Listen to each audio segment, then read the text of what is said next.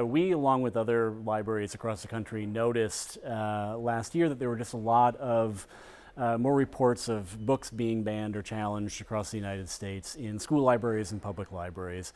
And the American Library Association even came out with a report that there were over 1,600 banned books reported to their office last year, which was by far the most they've ever had since the beginning of them keeping track of banned books.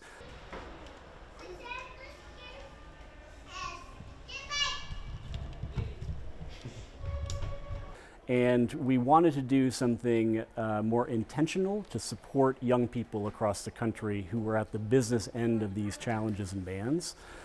So we thought that one way to do this would be to offer a free access to our over 500,000 ebooks and audiobooks, particularly for young people ages 13 to 21, who are literally seeing their experiences, their narratives, and their voices silenced in their communities.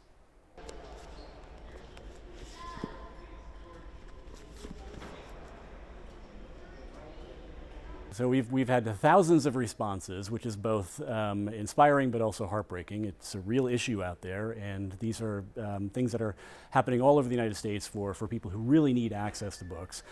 We've issued over 4,000 library cards to young people across the states.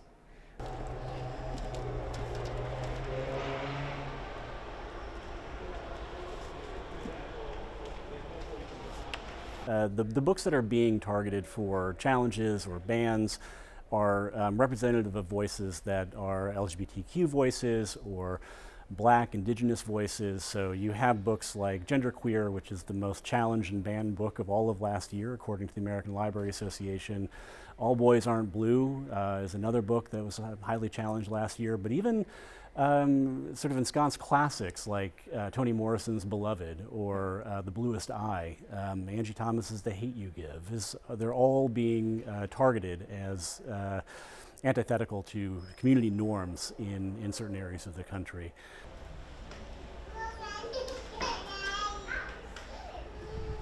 No matter if you're in a red state or a so-called blue state, it means that we all have access to all points of view in our community, ones that we agree with and ones that we don't agree with.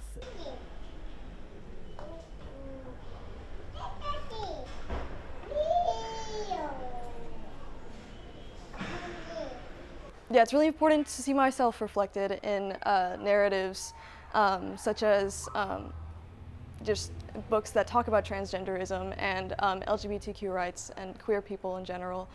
Just because, again, we've been silenced for centuries. I'm a transgender man. I use he, they pronouns. And it's not often that you see that in especially works of fiction. I grew up in a very conservative place, a small town in Georgia, and Georgia the state. And I grew up around people who didn't see me as a person, didn't see me for my race, for my identity, for my sexuality. I was ostracized for a long time until I came here. And I know what it's like to not have those resources available to you.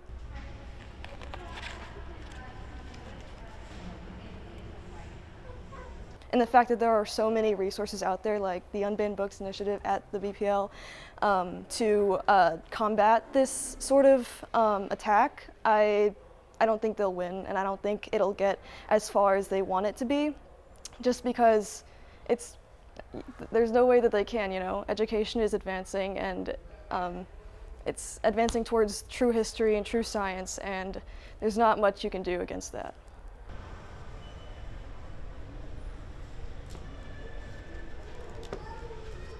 It's hard enough to find representation in the media for minority groups. You're underrepresented in a lot of places.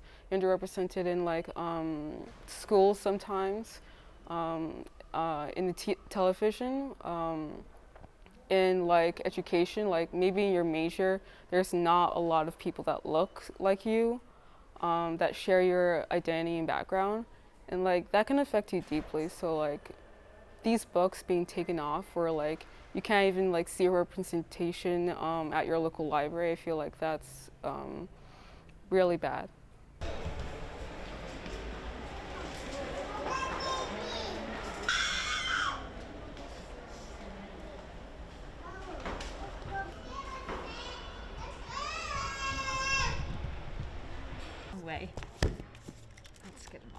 the same.